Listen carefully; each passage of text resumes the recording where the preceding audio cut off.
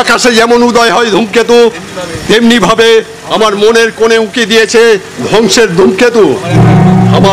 আমার একমাত্র বিশেষ পার্টনার দেবব্রত সেনের একমাত্র ছেলে বিলেতের পড়া শেষ করে ফিরে আসছে। দেবব্রতকে আমি কথা দিয়েছিলাম আমার একমাত্র কন্যা নন্দিনীকে ওর ছেলের সজ্জনের সঙ্গে বিয়ে দেব, কিন্তু সজ্জনের শুনেছি স্বভাব চরিত্র একদম খারাপ, ভালো নয়, মোটেই ভালো নয় বাবু, মোটেই ভালো না। কি ভালো নয় ঝকমারি? ওই দই ঘেটে কুবলা পচে ভুট ভাট। হঠাৎ দই? আজকে ম্যানেজার বাবু বললেন ঝকমারি একটু বাজার থেকে বাজার করে নিয়ে আজকে বিলেত ফেরত ডাক্তার আসবে। হ্যাঁ, সজ্জন সেন আমার বন্ধুপুত্র বিলেত থেকে ফিরে আসছে, তাই আমি বাজারে গেলাম। কি পেলুম বাবু? ও দই মিষ্টি পেলি না? এই তো, তাহলে অন্য সব জিনিসপত্র ভালো করে রান্না কর, একেবারে খাঁটি বাঙালি খাদ্য, যাতে তোর রান্না খেয়ে তোকে তারিফ করে। সে আর বলতে হবে না বাবু, বলতে হবে না। আমার হাতে রান্না খেয়ে আর ভুলতে পারবি না। আমার বাপ ছিল ওই নবাব বাড়ির রাঁধুনি, বাপের হাতে রান্না খেয়ে সিরাজ তো সাহেবদের সাথে রামবাগানে যুদ্ধ করতে গেল। সেই জন্যই বোধহয় যুদ্ধে হেরে গিয়েছিল, তাই না? আরে জিতেছি বাপি, জিতে গেছি। ওই নন্দিনীকে দুটো গেমকে হারিয়ে আমি একেবারে মণিওয়ালাকে হারিয়ে দিয়ে জিতে গেছি বাপি, জিতে গেছি। দেখলি তো তোর বাবার রান্না খেয়ে ওই সিরাজ যুদ্ধে হেরে গিয়েছিল, কিন্তু তোর রান্না খেয়ে আজ নন্দিনী জিতে এসেছে। ঝকমারি বলো দিদিমণি, তোর বাবুকে বলে দে তোর দিদিমণিও কিন্তু খুব ভালো ভালো রান্না করতে জানে। ঠিক আছে ঠিক আছে, শোন ঝকমারি, আজকের সব রান্না তোর ওই দিদিমণি করবে আর তুই হবি ওর জোগাড়ে, বুঝলে? তাই হবে বাবু, তাই হবে বাবু, তাই হবে। তাই যদি হয়, তুই যদি বাবুর কথা শুনিস, আমি কিন্তু তোকে এক্ষুনি বাড়ি থেকে বের করে দেব। কথাটা কিন্তু মনে রাখবি দিদিমণি। আরে বাবা শোন না, আমি কি সত্যি সত্যি রান্না করতে পারি? যে তুই যে আমার জোগাড়ে হবি বলছিস? এই তো বললে রান্না করতে পারি, আবার বলছো পারো না।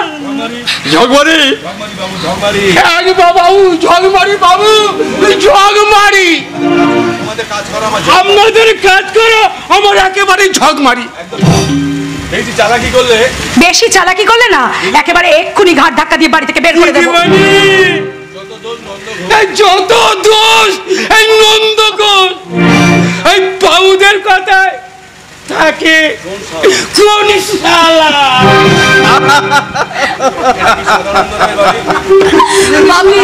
বাড়ি কাকে চাই? সদানন্দ বাবুকে। দেখা হবে না।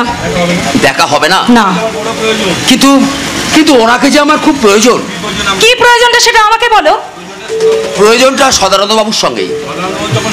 সদানন্দ বাবু যখন বাড়িতে নেই, তাহলে আমি দাঁড়াও, আমাকে কিছু বলবেন?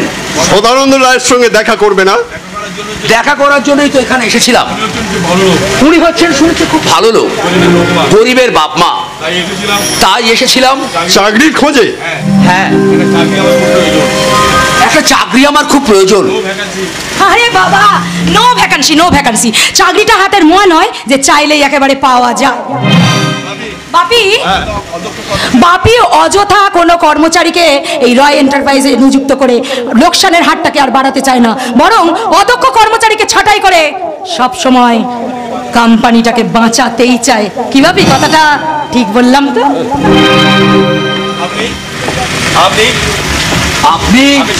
আমি সদানন্দ রায়। বলো কি কাজ করতে চাও? বেঁচে থাকার জন্য আমি যে কোনো কাজ করতে রাজি আছি স্যার। চাকরি পাওয়ার জন্য সবাই ওই একই কথা বলে, কিন্তু চাকরি পেয়ে গেলে আপনি বিশ্বাস করুন, আমাকে আপনি যা আদেশ করবেন আমি তাই করব। আচ্ছা ঠিক আছে, তুমি দাঁড়াও, আমি দেখছি তোমার জন্য কিছু করা যায়। ও হ্যাঁ হ্যাঁ, তোমার নামটা জানো কি? আগে বলি হৃদয় কর। হৃদয় কর, বাহ, ভারী সুন্দর নাম তো। হৃদয় যার আছে সেই তো হৃদয়। তোমার হৃদয়ের কাছে এই সদানন্দ রায় আজ মুগ্ধ, কারণ বাঙালি যুবকেরা শিক্ষাকে সম্বল করে বাড়িতে বসে থাকবে, তবু অন্য চেষ্টা করে দেখবে না। তোমার চেষ্টা আছে, তুমি পারবে। চেষ্টা করে দেখো, জীবনের খেয়াবে আশার সমুদ্র পার হয়ে মরণকে দূরে সরিয়ে বাঁচার মন্ত্রে দীক্ষা নিতে পারো কিনা। ধন্যবাদ, আপনার করুণার জন্য অশেষ ধন্যবাদ। সদানন্দ বাবু শুধু দয়ালু নন, একজন মহান উদার মনের মানুষ। আপনার এই উদারতা আমার চিরকাল মনে থাকবে। শুধু মনে থাকলেই চলবে না, আমার লাগেজটাকেও নিয়ে আসতে হবে। এখানে সঙ্গের মতো দাঁড়িয়ে না থেকে যা গাড়ি থেকে আমার লাগেজটা নামিয়ে নিয়ে আয়। আমি সজ্জন সেন, খুব শীঘ্রই এ বাড়ির জামাই হচ্ছি। তোকে তো দেখে মনে হচ্ছে এ বাড়ির চাকর, আই মিন সার্ভেন্ট। না, এখনো হয়নি। ও তাহলে তুই তো বেকার। যা গাড়ি থেকে আমার লাগেজটা নামিয়ে নিয়ে আয়, তার বিনিময়ে। মিস্টার, আপনার বিদেশ থেকে ধার করা লাগেজটা আমি আনতে পারলাম না বলে দুঃখিত। সাদা ব্রাস্কেল, জনেশ আমি তোকে কিচ্ছু করতে পারবেন না, কারণ আমি গরিব হলেও একজন শিক্ষিত ভদ্রলোকের সন্তান। তাই আপনার এই মিথ্যা হুমকির কাছে আমি মাথা নত করে আমার শিক্ষাটাকে আমি বিসর্জন দিতে পারলাম না।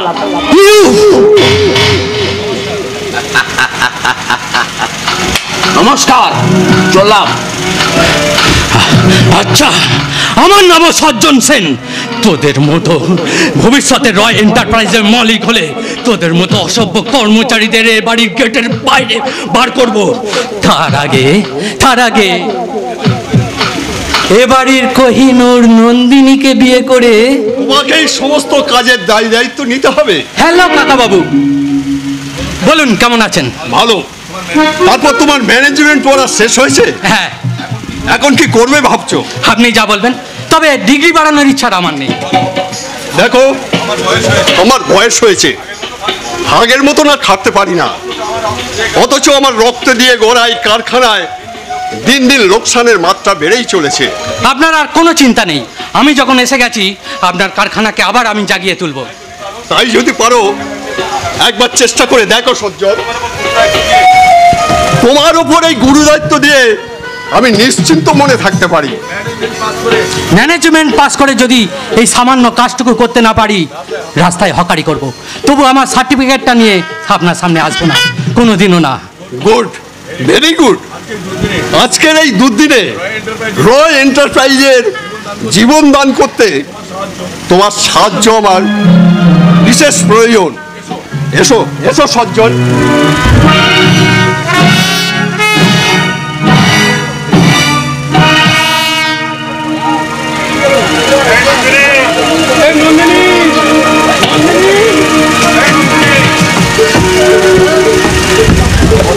অসম্ভব, অসম্ভব, নো নেভার।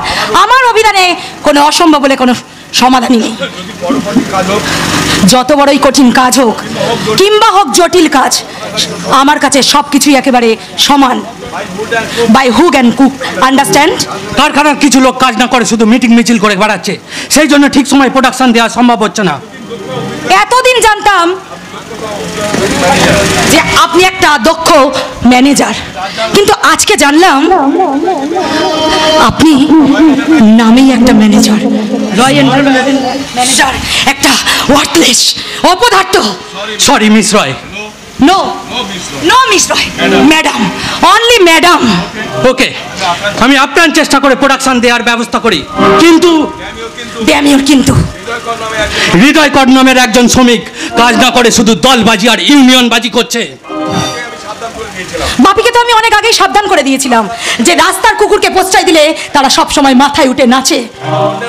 ভ্যাগাবন্ডের মতন রাস্তায় ঘুরে ঘুরে বেড়াচ্ছিল, একটা কাজ পেল, কাজ পাওয়ার পরেই একেবারে তার নিজের আসল রূপটাই বের করে দিল। ডাকুন, ডাকুন ওই জানোয়ারটাকে, ডাকুন। আজ ওকে আমি একটা উচিত শিক্ষা দেব। এক্ষুনি ডাকছি। बियारा बियारा फार्नेस सेक्शन থেকে হৃদয় কর্ক জলদি বুলাও। কাজ না পেলে সব সময় বলবে কাজ চাই কাজ চাই, কাজের নামে ধর্ণা দেবে, আর কাজ পেলে মিটিং মিছিল করে তারা একেবারে কাজটাকে পুরো বন্ধ করে দেবে। কিন্তু না, আমার কোম্পানিতে এইসব চলবে না। ডাকুন ওই জানোয়ারটাকে, ডাকুন, ঘাড় ধাক্কা দিয়ে ওইসব লোককে আমি আমার কোম্পানি থেকে বের করে দেব। দয়া করে আপনি ওই কাজটা করতে যাবেন না ম্যাডাম, কারণ শ্রমিকের ঘাড় খুব শক্ত আর নোংরা ঘামে ভেজা, আপনার হাতটা পিছিয়ে যেতে পারে। ধমকাবেন না মেম সাহেব, ধমকাবেন না। ওসব ধমকানিতে না আজ আর কোনো কাজ হয় না। আর ওসব ইংরাজি আমরাও জানি, কিন্তু বলি না। বললে আপনারা লজ্জা পাবেন। কি বললে? থাক থাক ওসব কথা। এবার বলুন তো কেন আমাকে ডেকে পাঠিয়েছেন? আমি জানতে পারলাম বিশ্বস্ত সূত্রে যে তুমি নাকি আমাদের সমস্ত কর্মচারীদেরকে কোনো কাজ করতেই দিচ্ছ না। মিথ্যে কথা। না, মিথ্যে নয়, এটাই সত্যি। হতে পারে ম্যাডাম, হতে পারে, কারণ মিথ্যে তো আপনারা বলেন না। ওটা শুধু আমাদের মানে আমাদের মতো সমস্ত কুলি মজুদদের। আর আপনারা তো সব সত্যবাদী যুধিষ্ঠিরের বংশধর। এই রাস্কেল, কার সঙ্গে কিভাবে কথা বলতে হয় জানিস না? সম্মানীয় ব্যক্তির সম্মান। সম্মান? ম্যানেজার বাবু ভুল বললেন, আপনি ভুল বললেন ম্যানেজার বাবু, আপনি ভুল বললেন। সম্মান আজকালকার দিনে বড়ই দুর্লভ, চাইলেই সেটা পাওয়া যায় না।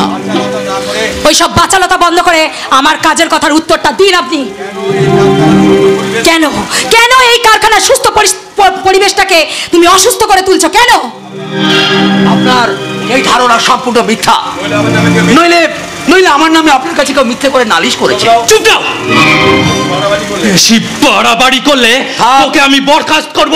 থাক, আমাকে চাকরির ভয় দেখাবেন না। এই হাত দুখানা আমার যতদিন আছে কোনো কাজের অভাব আমার হবে না। আমি একজন গরিব রিক্সাওয়ালা ছেলে, এই হাত দিয়ে মেহনত করে আমি আমার পেটটা চালিয়ে নিতে পারবো ম্যানেজার বাবু, কিন্তু এই মালিকের বুকে আমি বেঈমানির ছুরি বসাতে পারবো না। আমার প্রশ্নের জবাবটা কিন্তু এখনো পর্যন্ত আমি পেলাম না। তার আগে আমার একটা প্রশ্নের জবাব দিন তো। কারখানার এত শ্রমিক কুলি মজুদ থাকতে হঠাৎ আমার মতো একজন গরিব রিক্সাওয়ালাকে তলব কেন? এই শ্রমিক কুলিকে আপনার মনে ধরেছে বুঝি? উফ, কি অসম্মানজনক ব্যবহার! দারোয়ান, দারোয়ান, সাবধান, খুব সাবধান। বেশি বাড়াবাড়ি করলে তোকে আমি ঘর ধরে বের করে দেবো। ম্যানেজার বাবু চলুন, এইসব অসভ্য জানোয়ারের সঙ্গে কথা বাড়িয়ে লাভ নেই। চলুন। বুনো জানোয়ারটাকে কিভাবে শায়েস্তা করতে হয় সেটা আমার খুব ভালো করেই জানা আছে। চলুন ম্যানেজার বাবু, চলুন।